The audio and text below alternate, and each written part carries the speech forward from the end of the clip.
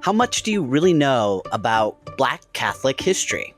In this episode, I sit down with Black Catholic writer and author Alessandra Harris to explore the Catholic Church's role in slavery, the legacy of systematic racism, and why understanding this history is essential for Catholics today.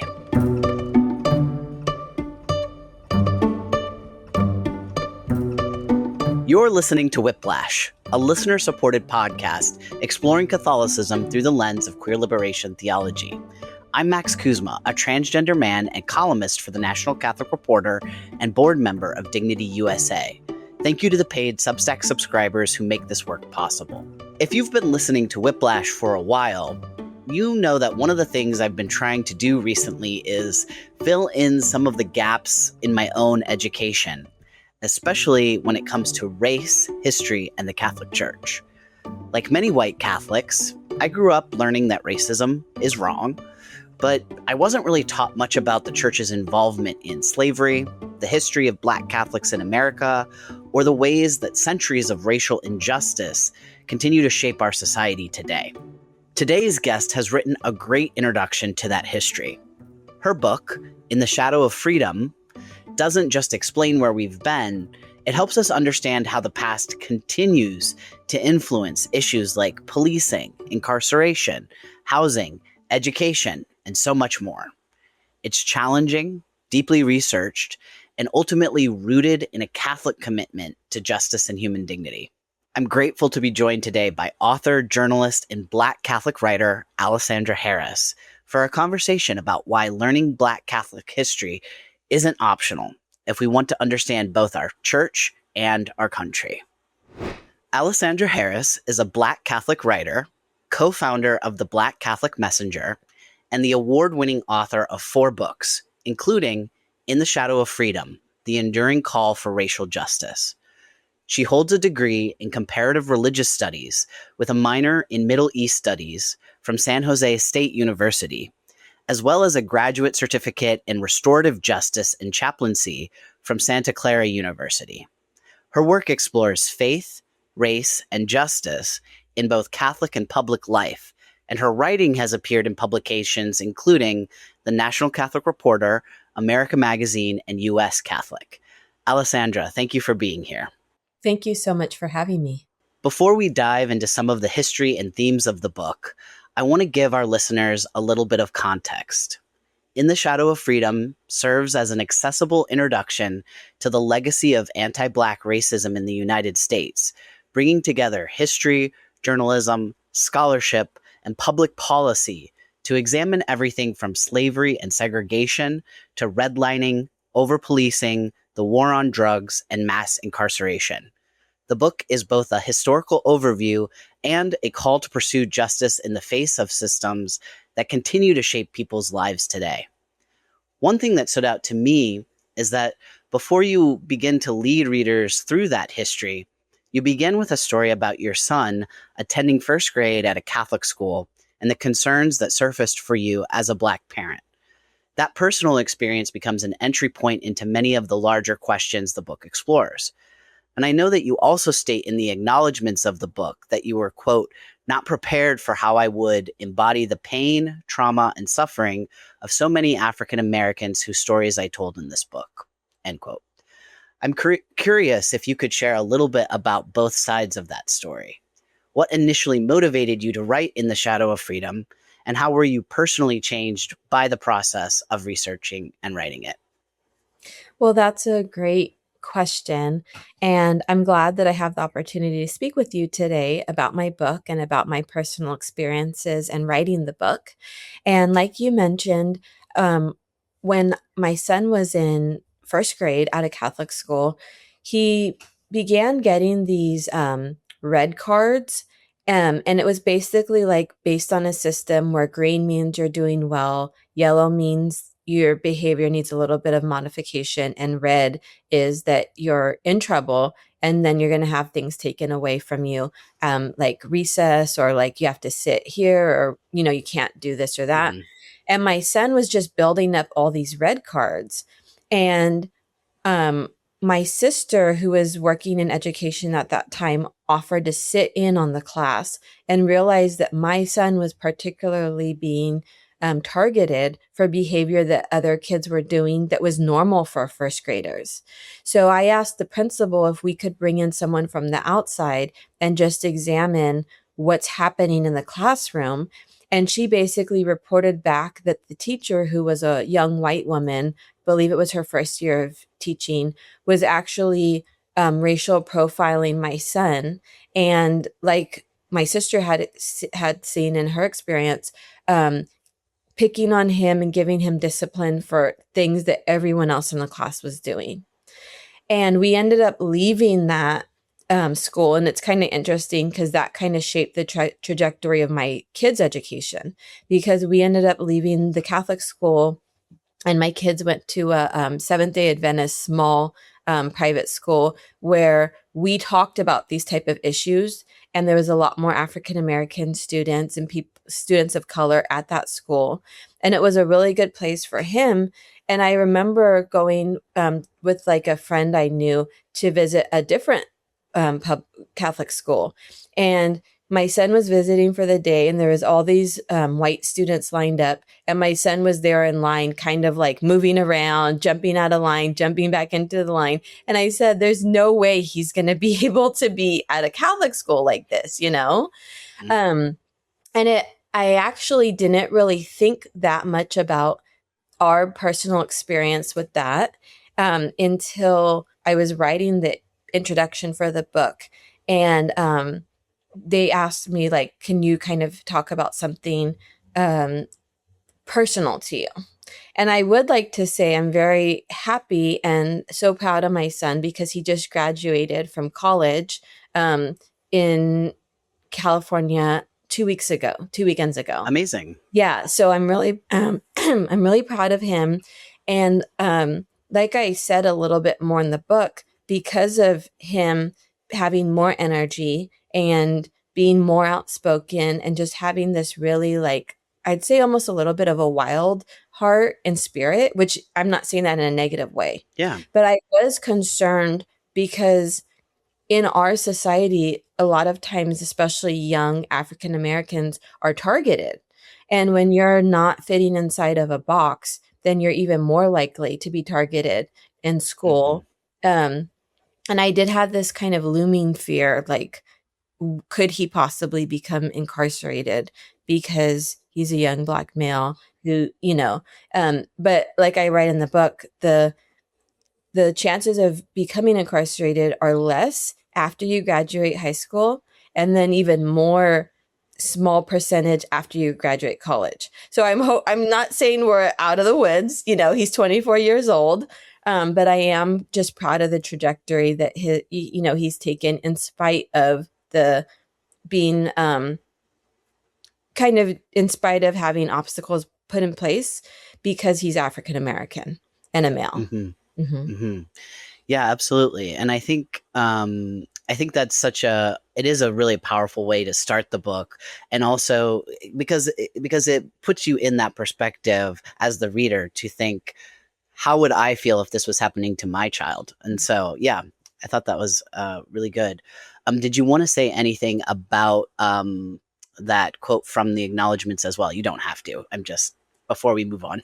Yes. And thank God, literally, for my spiritual director, who I had met him in 2019, and I started working on this book about like 2023. And I remember while the racial reckoning of 2020 was happening, he said to me, you know, I'm a white guy from Ohio. I don't know a lot about your experience or experiences of people of color, but I feel like I've been put in your life to learn more and to support you. And there was a lot of issues in the book that I talk about, like mental health, like incarceration, just the history of anti-Black racism. And I didn't want it to be kind of a stale statistics and, you know, an academic book where you're just kind of like getting through numbers. I really wanted to have narratives of people who've had lived experience in the United States as African American people. And when I didn't realize until after how much of a toll that really took on me spiritually and emotionally and mentally, because I did, as the writer, embody these stories and spiritually, and I realized that they had become part of me when I was writing them.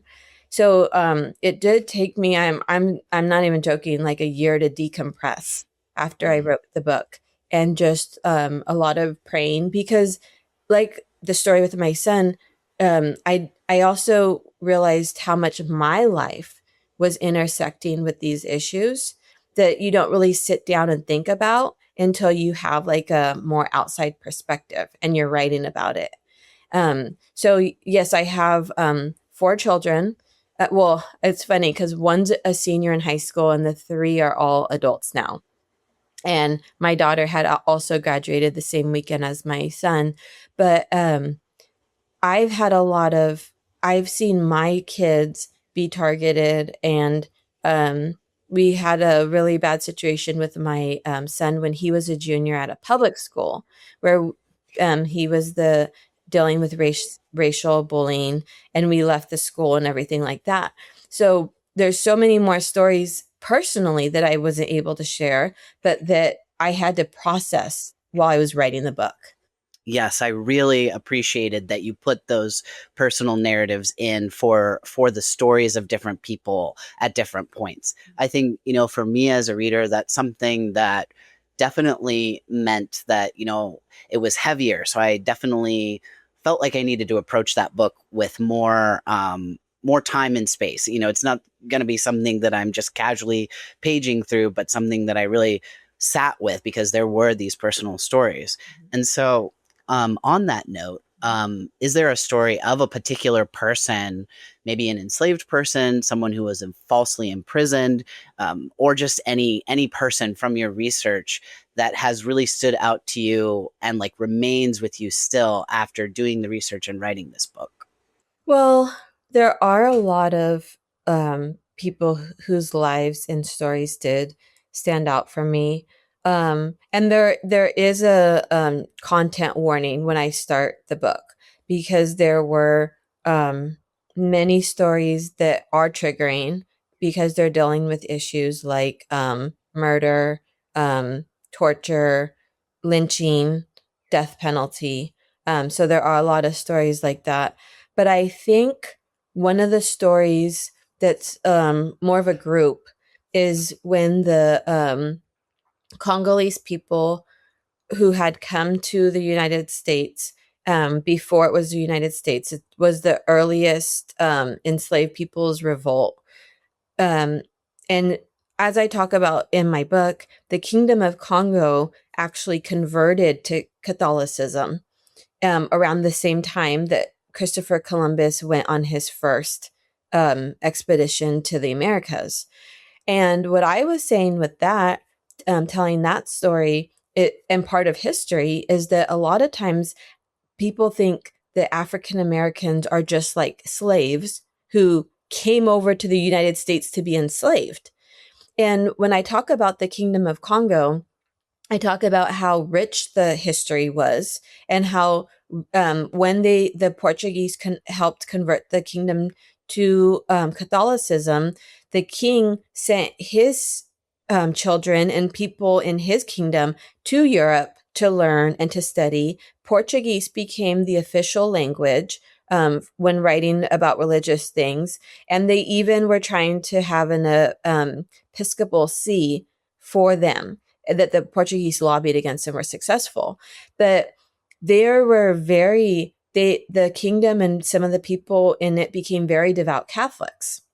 So when people were becoming enslaved in the United States and were coming directly from the Kingdom of Congo, there were people who were Catholic and were enslaved. And there was a revolt where they were fighting for freedom. But the reason they were fighting for freedom is because their Catholic religion told them, and their faith told them, that they were not to be enslaved. So unfortunately, the revolt got, quelched, and they were not able to make it to freedom when they were trying. But it just made me realize, and I hope my audience realize, that when I don't even like using the term slave, because no one is a slave. People can Right. be enslaved, but Right. everyone's a person with human dignity, with honor, who has their own hopes and dreams. And so, and as people who share our Catholic faith, these were our brothers and sisters who were being enslaved, whether they're Catholic or not, but specifically for Catholic audience, these were our brothers and sisters who, because of their Catholic faith, wanted freedom. Yeah. Yeah, absolutely. I think that's an incredibly powerful story. And I think also, like you say, I think the Catholic connection, I think, can help too, because, for myself, I'm a transgender Catholic. And so a lot of the time I'm writing to a cisgender audience, and it's a lot of like, how do I translate? So I think, connecting the Catholic piece and talking about, well, what was the Catholic Church actually doing? I think makes for an accessible entry point. Continuing on this theme of talking about the Catholic Church, you start the first chapter on slavery with information about two papal bulls, which are essentially a formal decree by the Pope, that legitimized slavery and gave the Catholic nation of Portugal in particular the right to enslave Africans and hold them in perpetual slavery. This seems to me to be an example of an intentionally colonizing mindset, including that purposeful enslavement of people from a developed nation. How does the role of the church within African slavery challenge the idea that an unchanging, quote unquote, church is a good thing? Well, the Catholic Church did legitimize and bless the slave trade, the transatlantic slave trade. And the Catholic Church and popes supported the transatlantic slavery for 400 years, from the 1400s, when it began, until I believe around like the 1880s, when Brazil was the last country to abolish slavery in the country. So that's a really long history. And the funny thing is that most of us don't know that history, because we're taught that the Catholic Church condoned or condemned the slave trade. So I think what is interesting to me, and like I write in the book, there was slavery in the Bible, right? Right. And there's even stories. If you take out the word servant and insert the word slave, you'll see how widespread the practice was, right? And Jesus does not condemn slavery himself. Right. And we have readings by or we have writings by Paul that is supporting slavery, right, in the Bible. So I think the question is, if the Catholic Church, after 400 years of condoning a practice, can later change its mind and say, actually, that is really horrific. That's not a good practice. We shouldn't have been enslaving people. And we have now Pope Leo apologizing for that behavior. It does beg the question, what other teachings, even scripturally based teachings, are we later going to look at and say, actually, those teachings were denying the human dignity of those people that were being condemned? And like, how many teachings are we going to look at and say, actually, Jesus would have dined with those people? Those were Jesus's people, the people on the margins, the people who are being shunned, the people who are oppressed. Jesus loves them, and God made them just as they are. So I think that there is definitely room in the church for growth still. Definitely. Mm-hmm. Yeah. Mm-hmm. Yeah. Yeah. That's exactly what I was getting at. So thank you for that answer.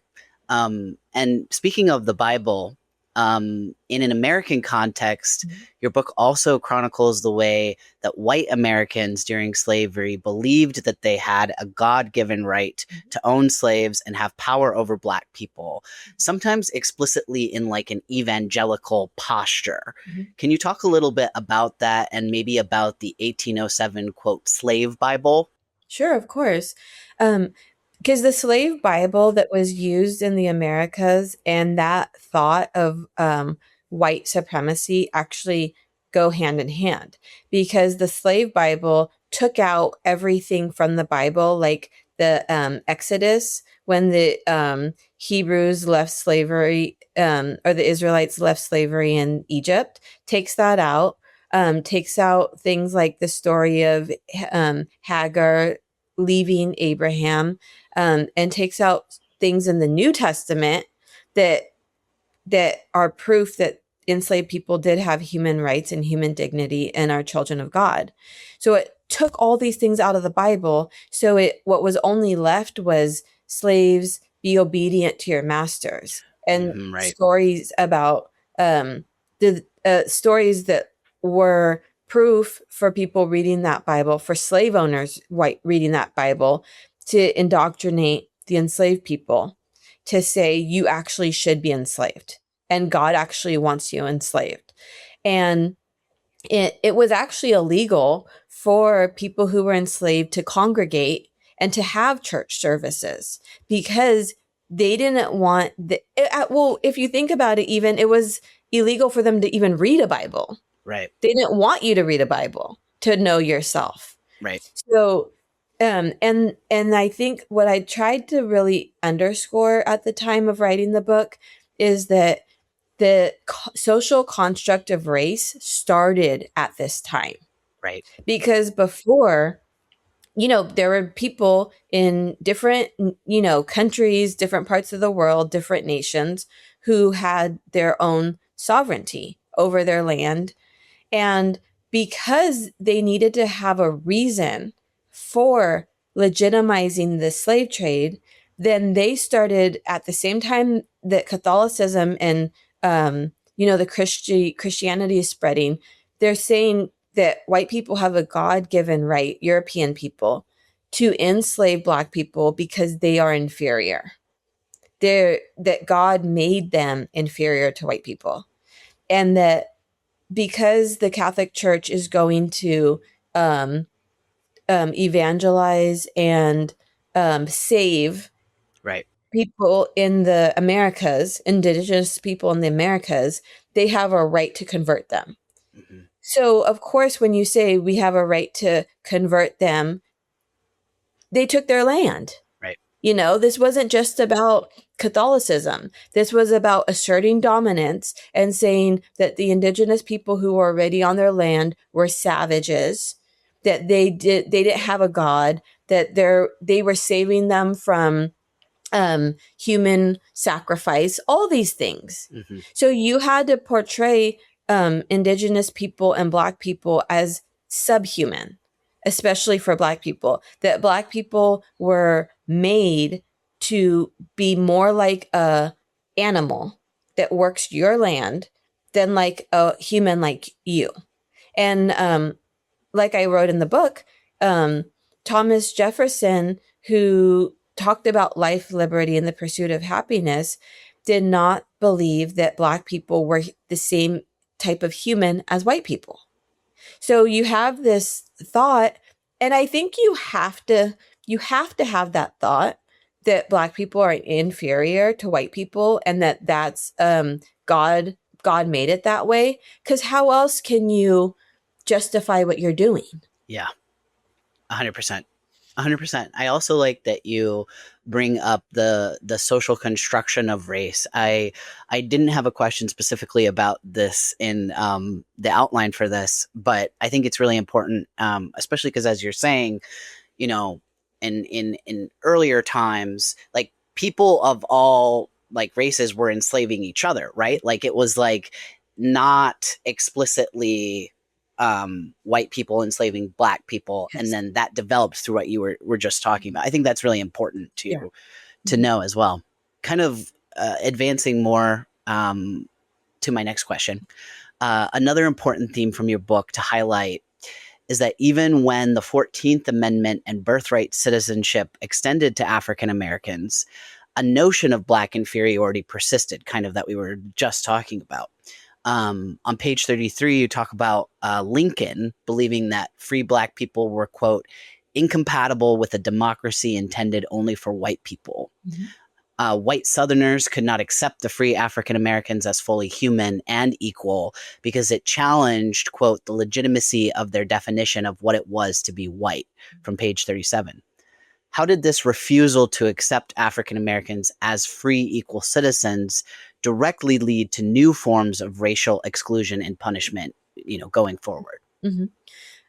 Thanks for that question. And just because you're talking about Lincoln, I did want to mention what I write about in the book, that originally his idea for the emancipation of the African American population that was enslaved was called colonization.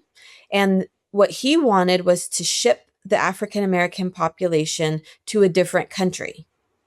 Which So, is so weird, yeah. like, So when we and not talked about. So it's really important that you have that. It's not talked about. And it was actually in the first version of the Emancipation Proclamation that the Black community or Black population would no longer be in the United States of America, because he did not think that Black people and white people, he did not think that white people would accept living side by side as equal partners with Mm-hmm. Black people. So, Mm-hmm. and I talk a lot about Frederick Douglass, but he actually was one of the most vocal opponents to that colonization plan. And so the way I viewed Lincoln kind of changed a lot after I wrote this book, but I think it was really important because that was a practical thought back then, that Black and white people would not be able to live equally. But the reason for that is because white people, they did not want to give up their superiority over Black people. And think about it. Let's just say that you're a white landowner and that you have people who've been working your land for free. Um, and you can do whatever you want. You can beat them, you can rape them, you can sell them, you can rip families apart, sell the mom, sell the baby, sell the husband. You can do whatever you want to these people. And now, because of a war, you want me as a white landowner and as someone who was a slave holder to all of a sudden think these Black people are equal to me? That, like in our day and age, in 2026, white people still do not believe that Black people are on the same footing as white people. There's so much racism, but imagine back then, after what happened, and I think there was fear that Black people would be so upset that they would seek revenge against white people. I think that's one of the fears. And so then you see, after the brief period of Reconstruction, when Black people were actually getting their power back and were actually making gains, it was a very short period. You see, after that short period, especially in the southern part of the countries that were slaveholding parts of the country, states, that they start making more laws to police and to subjugate the Black population through like Black codes that I talk about, where there's laws that only apply to Black people. Right. Yeah. And for example, if something like vagrancy was a crime, where basically if you weren't working for a white person at that time, if you were on a train, if you were walking around, you could be arrested for vagrancy. And in order to change employers from one white employer, maybe working as a sharecropper or some other type of agricultural position, in order to change from one white employer to another white employer, you had to get the white employer to sign off on it, or else you could be jailed. So if Which is you're not, stupid. Yeah. Like, are you free or are you not free? Like, why do you have to get this thing signed? Yeah, you're not free. And because the Black American population, especially in the South, that was promised the land, everyone knows like 40 acres and a mule, because that promise was taken away. Black people oftentimes were back as sharecroppers, working the same land for basically debt slavery now. So you were indebted and you couldn't really have your freedom because you now were working for someone who wasn't paying you the right wages. You couldn't leave to another farm that's paying you more wages. You can't walk around freely. So you were basically, and then I don't know if we're going to discuss this, but then there was lynching that was a form of terrorizing the Black community so that they would stay in their place. So you had all these different things that were occurring after slavery, convict leasing, that basically re-enslaved the population that was supposed to be free. Mm-hmm. Yeah, I agree with you what you were saying about Lincoln at the beginning. This definitely made me look at him differently too, especially because I think for me the thing that sticks about that solution is it just feels so inherently unjust for people who were literally brought over, in the case of Africans who were enslaved and brought to this country. What do you mean you're saying that, like, we're trying to pursue some type of equality, but you're gonna kick these people out? Like, it's, yeah, crazy. But yes, on the point about lynchings, I do want to ask a question about that, because I think there are definitely some white Americans today who may not be aware that lynchings actually became a kind of tourism spectator sport. Postcards were printed off, like, commemorating lynchings, I guess. Children missed the start of school to attend. And so, again, very clearly, the murder of Black people without any due process was being attended like a kind of party, or I think they sometimes referred to it as a barbecue. Yeah. So lynching was retaliatory mob violence predicated on finding an excuse to punish Black people after slavery was abolished. So turning to Black liberation theologian James H. Cone, he used spirituality to connect the cross and the lynching tree in his book by that name. Yeah. And I wanted to ask you how that metaphor speaks to the power of Black spirituality in the face of unspeakable violence and horror. Well, I think what James Cone was trying to write, what his thesis was in the cross and the lynching tree, was to, one, remind the nation, kind of like how we forgot about Lincoln wanting to just get rid of all the Black people through colonization. We don't remember all these lynchings. And the Equal Justice Initiative researched for like all the lynchings that they could find after the Civil War, and they found 6,500 incidents of racial terror lynchings, the majority of whom were African American. And I think so James Cone wanted to explore the hypocrisy of white theologians who knew that this was happening in our country and looked away and didn't grapple with it, with the reality of what was happening in our country, with the brutality. And what he also wanted to do, what I believe, is to highlight the perseverance of African Americans who still believed in God in spite of the horror that they were living. And I, as a Catholic person, I had a serious wrestling with my faith when I was writing this book, because I was thinking to myself, why would I support this institution, the Catholic institution, that has condoned these horrible, horrible atrocities committed against people of specifically African Americans, indigenous people, people of color. And then I think I came to the same conclusion that James Cone writes about in The Cross and the Lynching Tree, that I realized the Jesus that I know in a personal relationship is not a white man with long flowing hair. You know what I mean? The Virgin Mhm. Mary is not pale white woman, you know? Um, Yeah. and the Jesus I know, like Cone writes about, is actually on my side. And I think that because why does James Cone say that? Why do I say that? Because at the time, the Jewish people were under Roman occupation, and they were the ones who were oppressed. And Jesus was the one who was lynched because he wanted something that was considered revolutionary.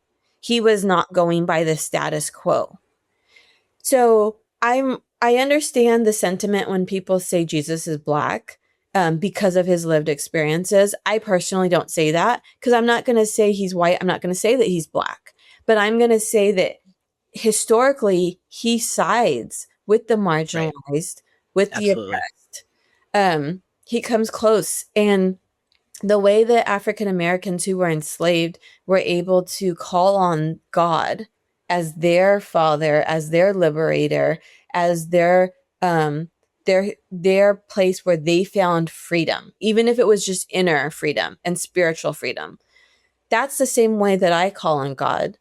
And I realize that I don't think I'm going to find what I consider my spiritual practices, like praying the rosary, um, asking the saints for intercession, receiving the Eucharist. I'm not going to find that really. I've looked, but I'm not going to find that outside of the Catholic Church. So that's why I'm staying in it.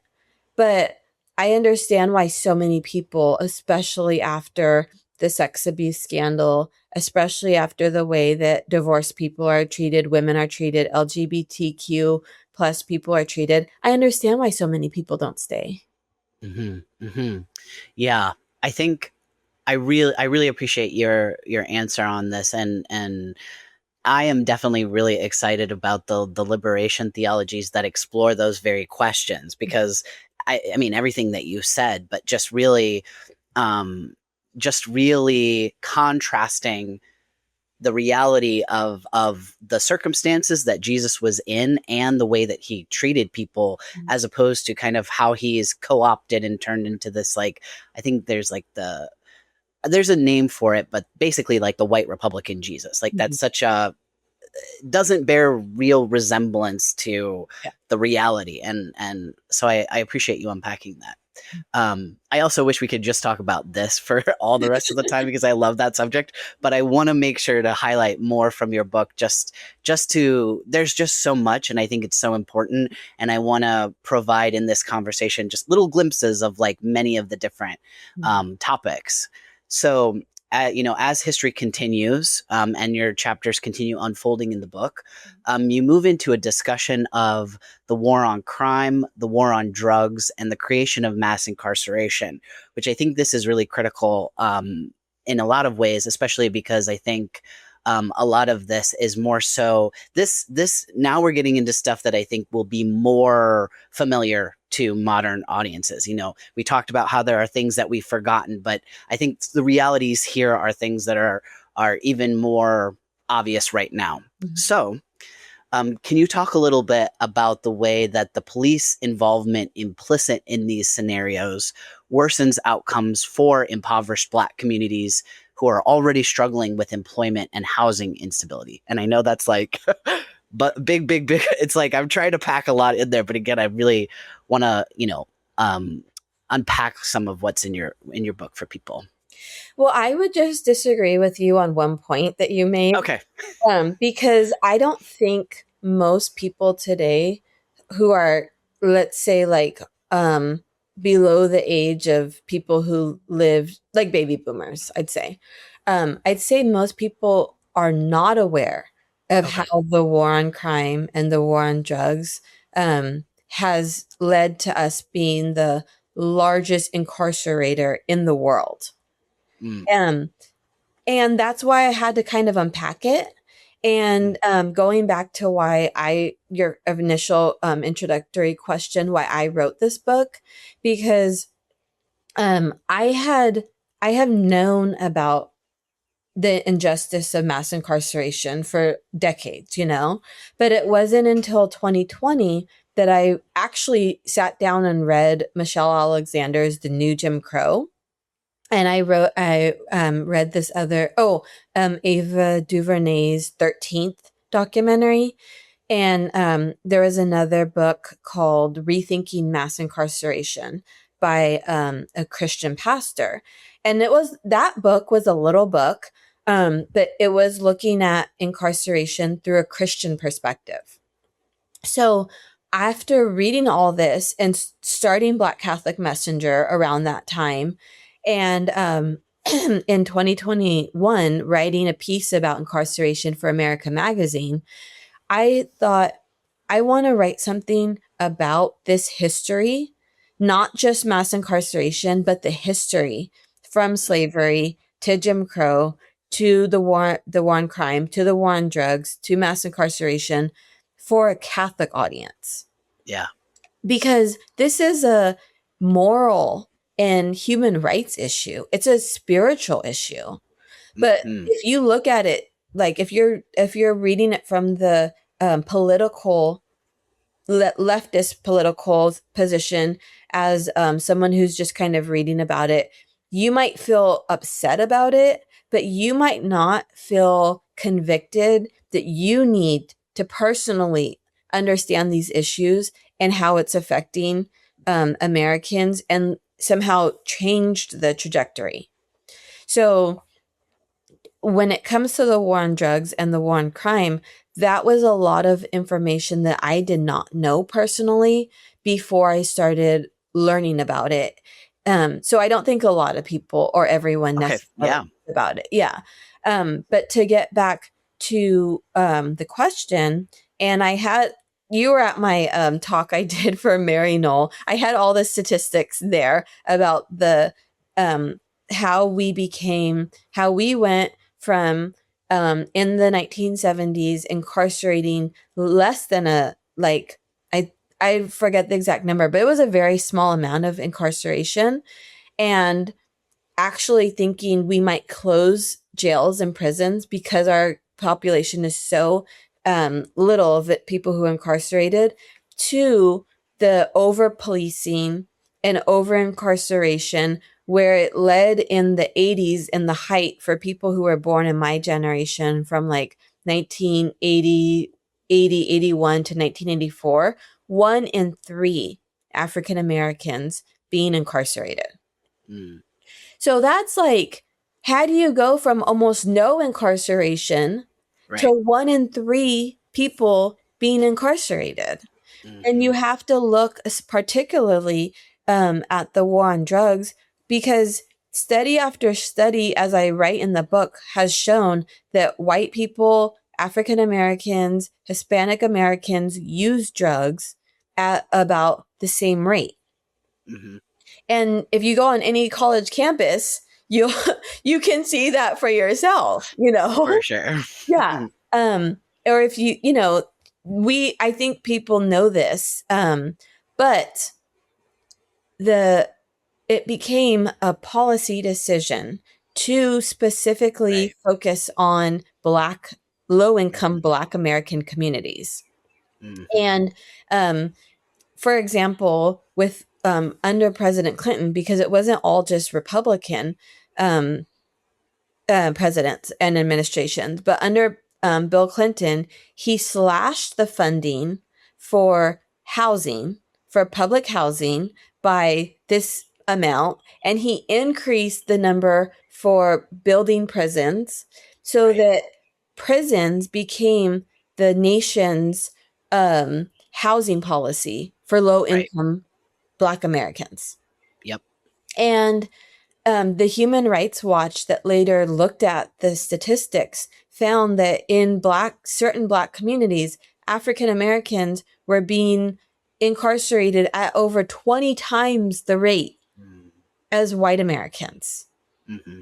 And thank you for asking about low income in particular, because when you have these societal changes, like the Black Americans used to be able to work in manufacturing, even if you were low, like didn't achieve college graduation, let's say, didn't achieve high levels of graduation of education, but you had the skills to work in manufacturing and live a middle class life. And when you have all these manufacturing jobs just leaving in droves, and the manufacturing rate for African Americans being employed to go down to 28%, and you have all these white flight of white people leaving these inner city neighborhoods that are going through this transition. You have higher unemployment. You have public schools that aren't really serving the students. Mm-hmm. Then you're at a position where incarceration becomes the answer to Black poverty. Right. So, yeah, I think I can stop there if that's okay, because that's what the book's about. And Yeah. if you want to understand more, you can read that. It's kind of hard to go through every statistic. I don't want to bore people. Oh, no, absolutely. Yeah, yeah. Um, yeah, I think definitely when I was asking, I was looking for what you did, which was how the interconnectedness part, I think, because yeah, like going back to this idea of like what do most people know about slavery or things like that, I feel like it's going to be very stereotypical, and I think also very like disconnected. The issue, I don't think, because it's like this is something that happened in the past and this is done, and we don't have to worry about this anymore. Especially, I was growing up in the '90s, and I think a lot of the sense that I got from the education that I got in these in white environments was this idea that we were like post racism in many ways. I think it's harder to sell that today with a lot of the political rhetoric we're dealing with and things like that. But I'm just saying, I think that's why I wanted to ask and to help crack it open for people, this idea that there is an interconnection of different issues going on. If it's okay, I do want to ask you about one specific thing, which is the Kerner Commission. For some reason, this was like one of the things that stood out to me the most from your book. Don't ask me why, but like I latched onto this, but I think it's because it was an example in the 1960s. There was an assistant secretary of labor to President Kennedy who was called Daniel Patrick Moynihan. I think that's how you say his last name. And he created some of these harmful theories about Black people that influenced President Johnson and still persist today, despite the fact that there was this rigorous research-backed report called the Kerner Commission. And that Kerner Commission was also like getting all those statistics and gathering all that information. And so I found that to be like a really important moment. Like the government, the federal government, went through the trouble of conducting this rigorous study, and they had because they always say that it's about like, well, what are the facts? What are the details? But then they ignored it in favor of this idea of like a pathological, like a made up theory, basically, because the person who made it up didn't have any substance. Can you talk a little bit like about that? Maybe like a little bit of the consequences of it, or just kind of anything about that? Yeah, absolutely. So, what you're describing is that there was a social scientist, Patrick Moynihan, who wrote a paper that was looking at African Americans, and he said that there was a pathology among Black Americans, particularly because Black American men are not in the household as much as white men are. And he looked at the breakdown. He talked a lot about the breakdown of the African American family and how that's leading to all these issues that are facing African Americans. So, what actually inspired President Johnson to research what actually was happening in these communities was that there was riots that were happening. Right. Yeah, there was riots. And what Johnson wanted to understand is what's causing these riots in Black American neighborhoods. So he didn't just, like Moynihan, have theories in his mind and coining terms. He actually had commissioned a group of people, or like, obviously like smart people and like people in good positions to do this, to go into Black communities and try to ask them what's happening with these riots that are taking place. And what he saw, or what the commission found, was that the main complaint was the unemployment and underemployment of African Americans because of racism, and that unlike the stereotypes that Black people are lazy, that Black people don't want to work, that Black people just want to be on welfare and have all these kids, African Americans were actually saying there is a ceiling, and we can't get past that ceiling. We cannot get good jobs so we can take care of our families. Because of racism, we cannot excel as a people. And because of that, we're either unemployed or we're underemployed in these positions. Like there's no future in these positions, that the jobs they were employed in. Right. They found that even though there was supposed to not be segregation in inner cities, people were living in absolute squalor in these projects, Right. these public housing, where there was rats, where there was animal feces, where there was leaks in the ceiling, where the property managers weren't taking care of it. There was people were taking advantage of the situation. There was drug dealing, all that kind of stuff. And people wanted a safe place to live. So they didn't want to be in these positions. They highlighted, one of the main points they highlighted was the discrimination and the treatment by white police officers in Black neighborhoods, where they basically felt like they were under surveillance, and any police officer could just go and grab someone off the street, beat someone off the street if they didn't like them, arrest them, all that type of stuff.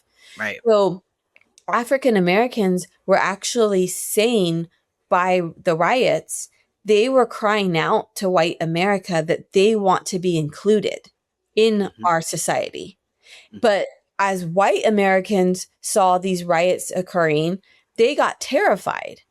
And all they saw was the destruction. They didn't hear what was happening. And then you have someone like Moynihan saying, oh, it's a pathology. So, and to your point, after the report came back, the president never mentioned the report once. Right. He was looking at, he never mentioned it once publicly. He was looking at his political career, and the Vietnam War was very unpopular. And he was basically like, oh, because not only did he not want to know the issue, they were saying there needs to be like a mass infusion of money into the Black investment. They needed a historic investment in Black communities in order for Black people to be on equal footing with white people. And what ends up happening, sadly, is that there's a massive investment in policing and incarcerating African Americans instead of investing in social programs, education, community building, all of that. So what could have, if he would have looked at the Kerner Commission and the report and said, you know what we need is this massive investment in our Black community, we would have been in a different timeline. But we still to this day have not seen that. And like you mentioned, we're going in the opposite direction.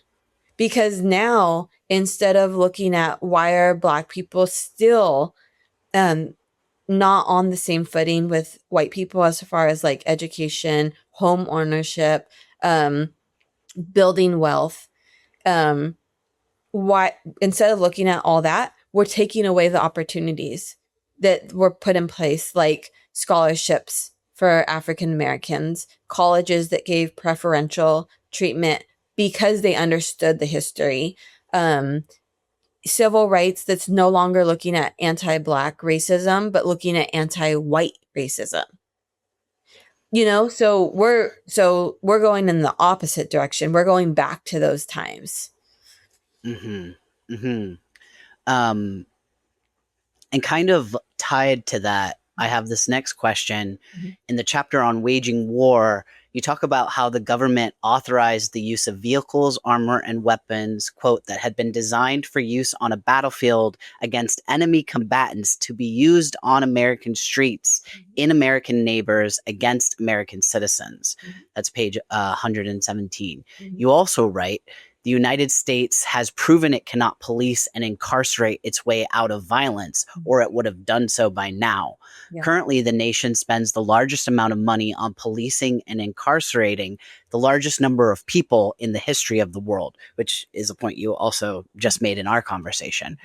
So I see a connection here to the tactics of ICE agents in the current administration, basically against anyone who is like not white enough. Is it fair to say that the historical treatment of Black people in this country is still in many ways the blueprint for the current white nationalist efforts directed at, quote, immigrants? Oh, absolutely. And like I mentioned, I had watched Ava DuVernay's 13th, and she put that out actually in 2016, but it became really popular in 2020. So she put that movie out 10 years ago, and in the end of the or documentary, at the end, she said, watch out, because the next move that they're probably going to make is going to be on the immigration detention front. So she saw that coming 10 years ago. Wow. And the money because during 2020, one of the phrases that got us all in a lot of trouble, which I'm not saying it wasn't a good phrase, but defund the police became, it made sense to a lot of people, but just those words were very like provocative, right? And so many people, but the sentiment behind that was, why are we spending so much money on the police and on these military grade weapons to police citizens in supposedly a free country? And what we've seen that morph into is how much was just allotted to the DHS? Was it like $70 billion for ICE? Mm-hmm. And this, before, the spending we were spending on prison was more than country. Was already. Yeah, it was more than other countries spent on their military, period. Mm-hmm. And now we have $70 billion going to ICE, or however much it is, to do the exact same thing that they were doing to African Americans, but do it towards people. And I don't want to say people who are undocumented immigrants, because they're using these tactics on Americans who look like they might be a brown or Black immigrant. Right. 100%. So, and American citizens have been killed. We've seen this. Mm-hmm.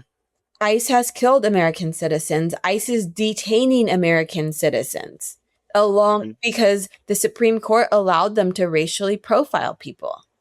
Right. So the same tactics that were used during the war on drugs and the war on crime is now absolutely being used on immigrant populations and American populations who look like they could be immigrant. Mm-hmm. Yeah. And clearly there's the racism component part of it, but I also always feel, and I guess I want to ask you if you also feel that it's not just the racism, and I don't want that to make it sound like I'm diminishing, but it's also that they have created an economic industry. Like, if you are going to funnel so much money into it, we are basically, with our taxpayer money, we are paying into this industry of mass incarceration on such a scale that it keeps ballooning and ballooning and ballooning in all these ways. Absolutely. But I want to mention one thing that I was thinking about. I don't think we're going to touch on this. So Moynihan and his pathology, right? Yeah. A social scientist who basically made up these terms, right, and to degrade the Black community, right? Yeah. Lump all Black people into this pathology, all this that still persists today.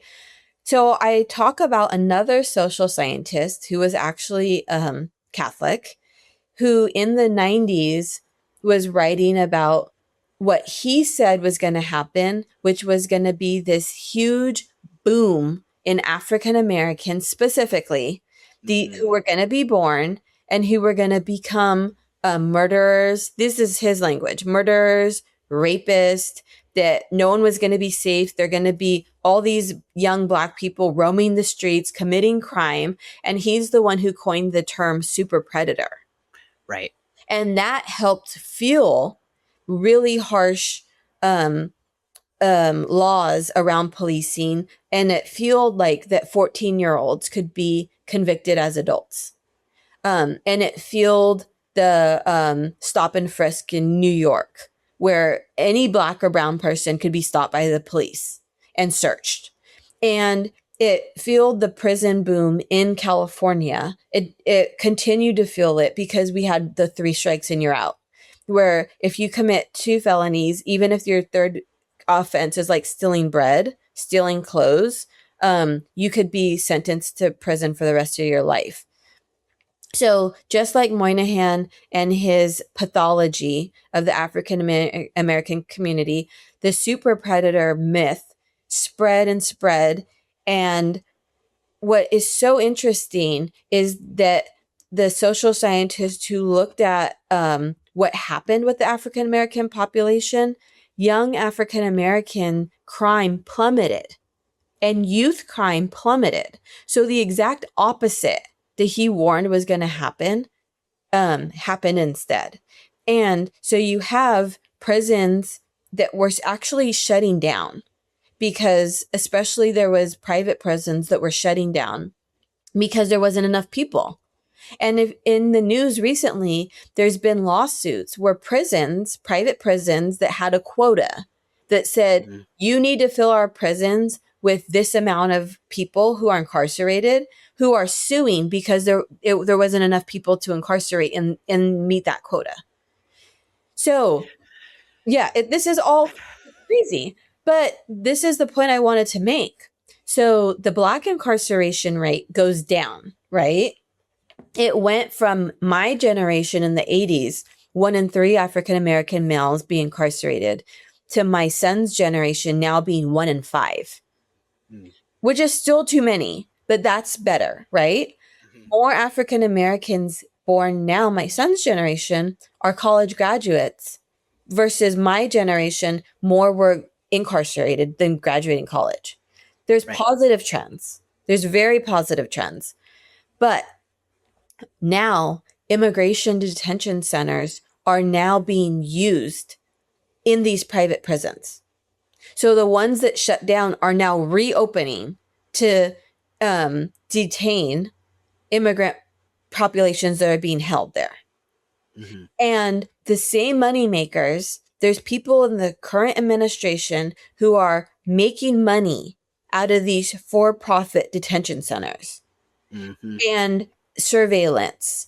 And, it's a huge money maker. So, but the thing is, just like the super predator myth that was completely wrong, we have these myths that are now immigrants are dangerous. Immigrants are not really human, right? Because they're not American citizens, so they're not really human like us. They're aliens. And it's interesting because I just saw Nate Tanner Williams post on Threads, Megyn Kelly saying, get all these Haitian immigrants out of our country. You know, they haven't done anything. And she referenced the lie, the outright lie that Haitians were eating cats and dogs. You know, but what has America been doing since before it was a country, dehumanizing Black and brown people? You know? And now instead of just saying you can't stay here, we're incarcerating them. They're dying. You know, there was a study that young girls who were being detained were getting pregnant by the immigration of, you know, people who are running these detention centers. Yes. So absolutely the blueprint, you know, we're still dehumanizing people. We're still incarcerating them. We're still letting them receive inhumane treatment. Yeah. Yes. I wanted to pull out one thing that you said from that I thought was also just noteworthy, which is this concept where there's this creation of these myths or these pathologies, and then it's like they create the myth and then they also create the conditions to fulfill the myth, because it's like because like what you were saying about the offenses, even if it was stealing bread or stealing clothes, like there's like a basic survival needs thing that's going on here that also ties into the employment instability, the housing instability. Like these are like basic human needs, but then the pathologies are basically creating this idea that people trying to meet their basic needs is a danger, because I really wanted to pull that out, because it's like they're creating the conditions where this thing is going to be proved. Yes. And that's just so like, that's not how you actually, again, like how you actually find out what's going on. You have to actually talk to people, and then people will tell you, we can't afford to live here. We can't improve our conditions. We can't get better jobs. We're being enforced and surveilled in ways that are just completely unfair, because we're just trying to just exist. Yeah. So I just wanted to pull that out in particular. Absolutely. And I think I also just didn't mean to cut you off, but just to kind of add one more thing to that thought, a lot of the crimes, you know, that get committed are crimes of poverty. Exactly. Where there's no legitimate work. Yes. So people are hustling to make some type of money to feed their kids. And the really sad story that is on the news, I don't think it's on the news enough, is the African-American woman who was accused of stealing diapers, right? And the police followed her, shot into the car, and killed her 1-year-old child, baby. And the thing is, we're chasing, hypothetically speaking, because she paid for the diapers and had the proof. But hypothetically, or we're chasing down people who need diapers. Right, exactly. You know, if there are people who are in such dire straits that they're having to steal diapers, or they're having to steal formula, or they're having to steal bread because the cost of living is so high and they don't have money, that's an indictment of our society. Exactly. Why doesn't that speak to our concern for justice and our concern for human dignity? Why doesn't it speak to that morality in us? Why do we immediately play into all of these negative pathologies and ideas? Exactly. And see, the thing is, it's easier to blame African Americans for something like a pathology, right? To say, and this is one of the things that drives me crazy, to say what's causing the problems in the Black community is the lack of fathers. Because white and Black people will use that instead of saying, well, let's, and in Moynihan's report, it showed when African American employment was going up, male employment, the number of people being married went up, right? When you Again, with the basic needs. the basic needs, when you have 1 in 3 African Americans who are disappeared from society because they're incarcerated, you're going to tell me that's not going to affect the number of marriages? And the father thing. Yeah. And the father thing, you know? So it's like, and it goes the same with immigrants. Instead of saying this is the nation of immigrants, right? Like, unless you're indigenous, your family came here. Right. Unless you're indigenous or unless you're African American and descended from enslavement. You're German, you're Irish, you know what I mean? They came here seeking better opportunities. Mm-hmm. But all of a sudden now it's illegal. Mm-hmm. And you have a pathology if you're here, Mm-hmm. undocumented, right? Yeah. Instead of looking at how the United States has destabilized these nations where people are now fleeing for their safety. Mm-hmm. Mm-hmm. Exactly. I just love this conversation so much, and I really appreciate you being here. I know we only have a few more questions, and I want to try to get to them if we can. So, I think we're kind of speaking to this next one in what we've just said, but kind of more concretely or specifically, how are prison conditions in America a call for action to us today? Mm-hmm. Speaking of things that really I embodied and had to process was the conditions that so many people, Black and low income white, and it's interesting because before we would talk about the Black and brown incarceration rate, the Hispanic incarceration rate actually about matches their population. So it's not really a Black and brown issue anymore in prisons. It's actually more of a Black issue and a poverty issue, because I write about the opioid crisis and how because of that, there's many more white people who are incarcerated now. So the disparity has in some ways gone away because of how many white people have been incarcerated because of drugs, particularly opiates. And it's interesting because I was looking into the state with the highest female incarceration rate, and that's actually Idaho. And right. And what is Idaho, like 85% white? But the reason is because it's the highest number of people incarcerated mainly for drug offenses. Recently, they said that they're now spending less than $1 a day on food for people who are incarcerated. That a lot of the food has maggots in it, or is old, or is just you're not able to eat it. For women, they don't provide sanitary products, just as you have to get it from the store, when you have the commissary and things like that. That there's such high levels of sexual assault, both for men and for women. I know where I live in the Bay Area, a notorious Dublin prison had to shut down because of how much sexual assault was happening with the correctional officers, even the chaplain and the women.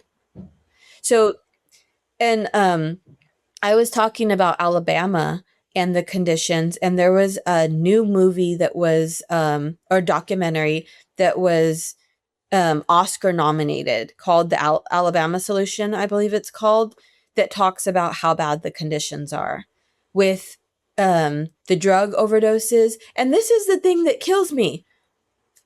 This is the thing that blows my mind, right? So people are being incarcerated because on the outside they're using drugs, or they're committing violent offense, or let's say that they're sexually assaulting people. And then on the inside, all that's allowed. Right. So people are being murdered. Everyone's on drugs. that the correctional officers are bringing in. People are being sexually assaulted. Yeah. Inside, and that's okay.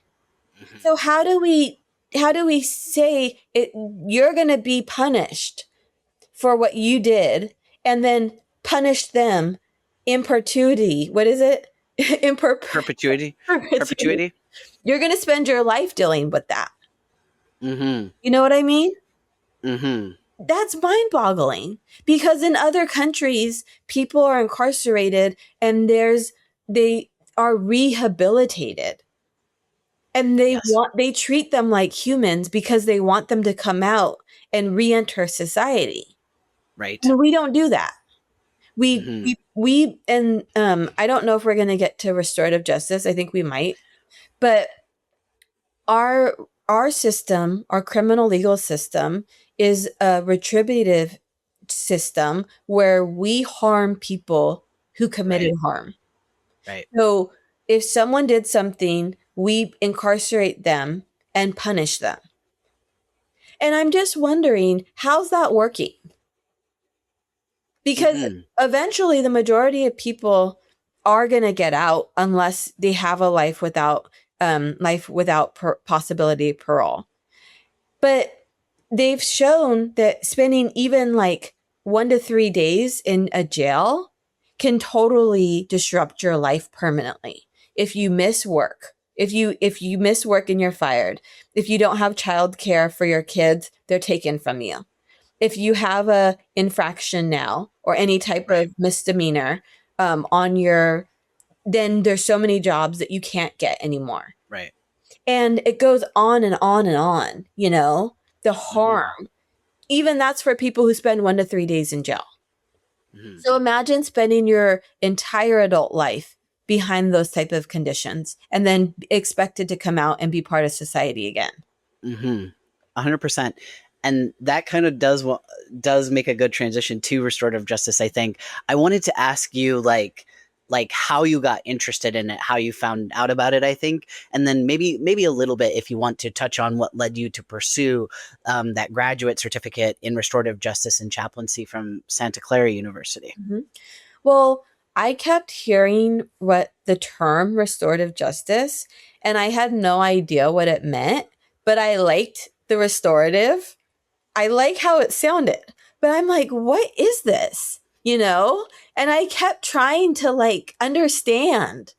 But if anyone's in my shoes right now, and maybe doesn't want to read my last chapter that's all about restorative justice, there's a really great book that I used for my research called Race and Restorative Justice by Fania Davis, who's the sister of the legendary Angela Davis. Um, Mm-hmm. and she actually was a civil rights attorney and went back and got a PhD in, I believe, like indigenous studies, or, mainly looking at African indigenous. But she writes about race and restorative justice, because for the restorative justice in our country that started around the like 70s, leading up to like, the 2000s, it was primarily white people who were involved in restorative justice. So I kept hearing this term, and then I was nominated by my church to join this diocese education called the Institute for Leadership and Ministry. So I did that for 1 year, and then towards the end of my last year, a professor at Santa Clara University, when I was telling her I'm interested in incarceration and restorative justice, she said, "Oh, well, the Santa Clara University graduate program has a new certificate in restorative justice and chaplaincy." So my first class I took was restorative justice, and all my questions were answered, about this new way of looking at incarceration and in our legal system, and options and opportunities to change it from a retributive system to a restorative system where victims are at the center, and where Yeah. you look at all the backstory of people who've offended or committed a crime. And not only do you try to restore the victim by restitution or by understanding what they need and helping meet those needs, but you look at the person who committed the offense and understand what is going on in their life, you know? And how can they not commit an offense again? What do they need? You know? So yeah, I love restorative justice, and I don't think we really have a whole lot of time to get into it. But yes, I actually think it's kind of like the future for people who want something that's not our punitive system. Mm-hmm. Yeah. Mm-hmm. And then how does your Catholic faith today and the values of, for example, Catholic social doctrine convict you of the need to act in calling for justice and repair? Like let's tie in the Catholic part. Mm-hmm. Yeah, so absolutely. So I haven't really studied Catholic social teaching as much as I need to. I'm more of like the Mark 25, you know, in the Bible, where it's saying like, have you fed the hungry and clothed the naked and visited the incarcerated and helped the sick? And, you know, because Jesus is saying if we haven't done that, we are not doing that for him. That when we do those type of things in society, that we are doing that for Jesus. And so I do feel, and like the pen pal organization that I've been with since 2021, they used to be called Abolition Apostles and were very much Christian focused. And a lot of people were interested in pen paling with incarcerated people because of their faith. But then after the leadership has left and the two pastors who started it left, we've now opened it up, and it's Letters for Liberation now. And it's much more like you don't have to be Christian, you know, but there are still people like myself who feel convicted by our faith to help others. And I think that the funny thing is, I only wanted to learn about restorative justice. I kept saying, I don't know about that chaplaincy part. But after getting my certificate, I actually became a chaplain at the women's jail in Santa Clara County, a volunteer chaplain, because I felt so convicted that I actually wanted to like help people and go to them, not just stand at the side, but actually go to them and minister to people. And unfortunately, because I have a family member who's ill right now and I have more caregiving duties, that's on hold right now. But I do hope to get back into that more. Totally. And then my last official question. Can you speak to the importance of helping people begin to see and understand structural racism? And I know we've kind of just said this all, like we've shown the reasons, but just to go into a little bit more, as opposed to just an individual problem of prejudice or whatever. Oh yeah, absolutely. And I do dive into this, I think, more in my chapter about I forget what it's called, the one after the waging war. I think when it looks at, I think it's like talking about the different conditions that lead to prisons, to lead to being incarcerated. Oh, prison pipelines. I talk about that a little bit more because correct me if I'm wrong, because you said you grew up in predominantly white spaces. So correct me if I'm wrong.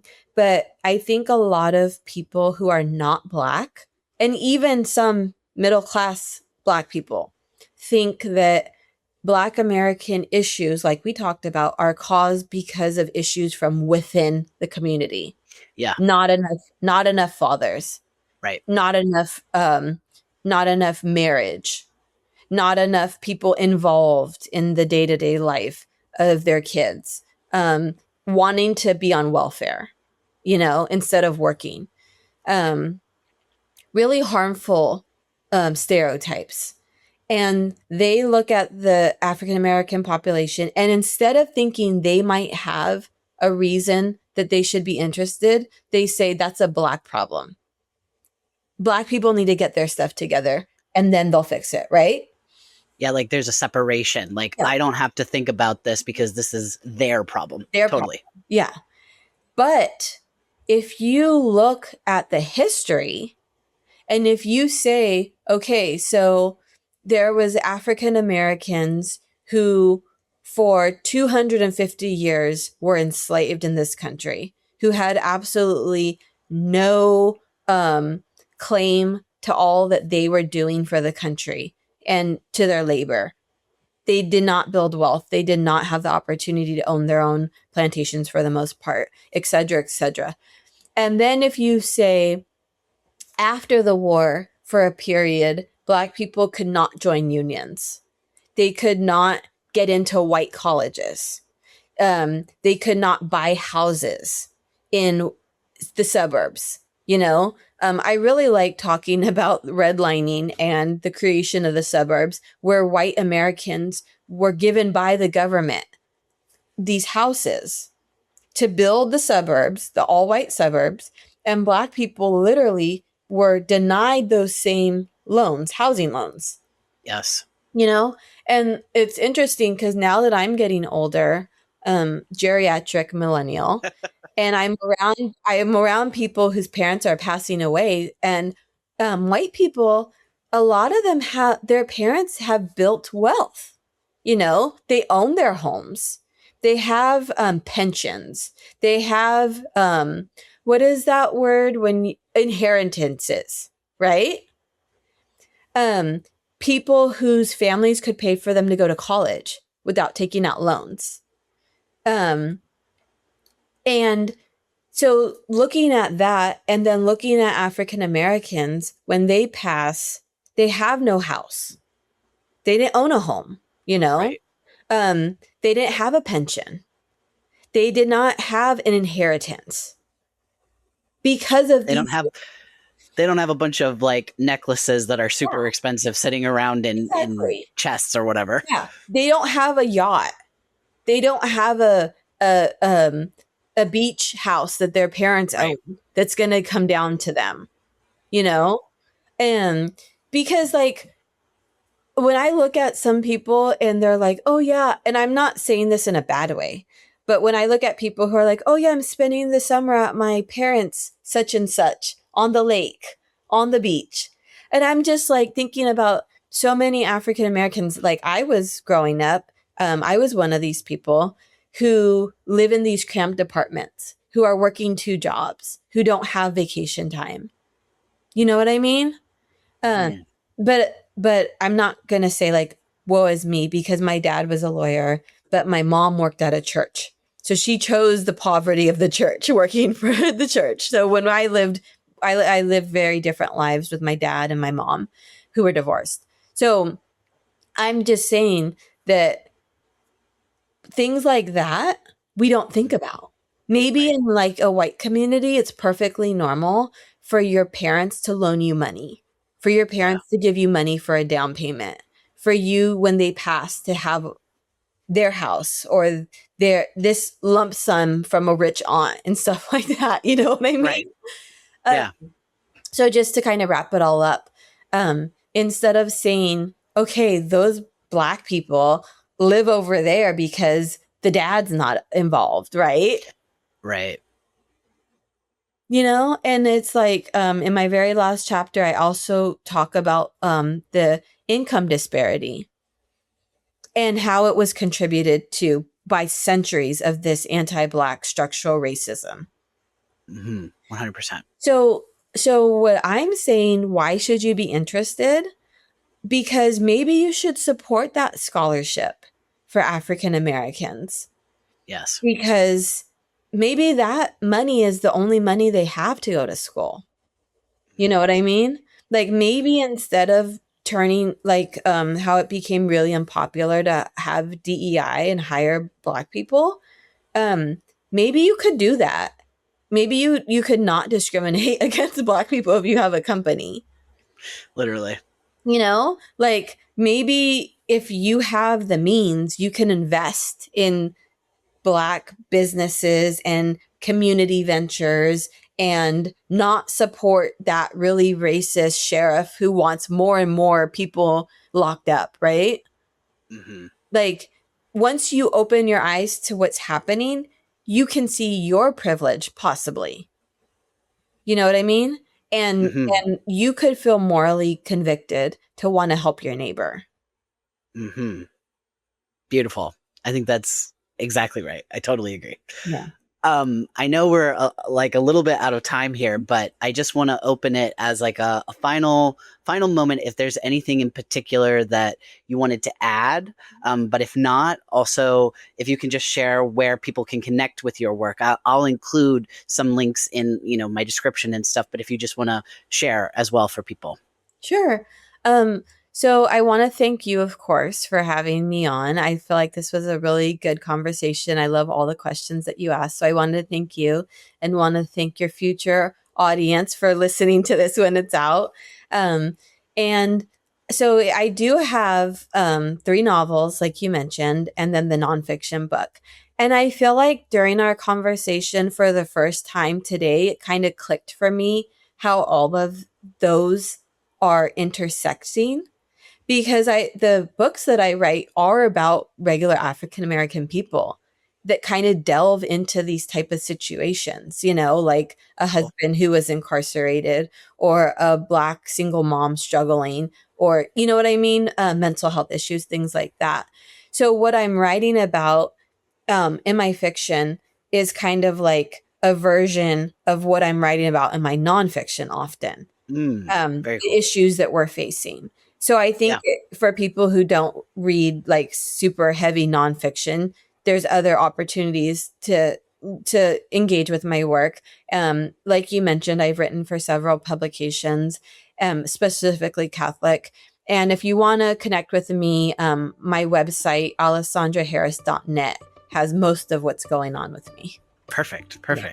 Well, and thank you for thanking me. I want to thank you. I know I sent the outline and is so detailed, but it was just really important to me to highlight and to share, and yeah, just thank you so much for coming on. Of course.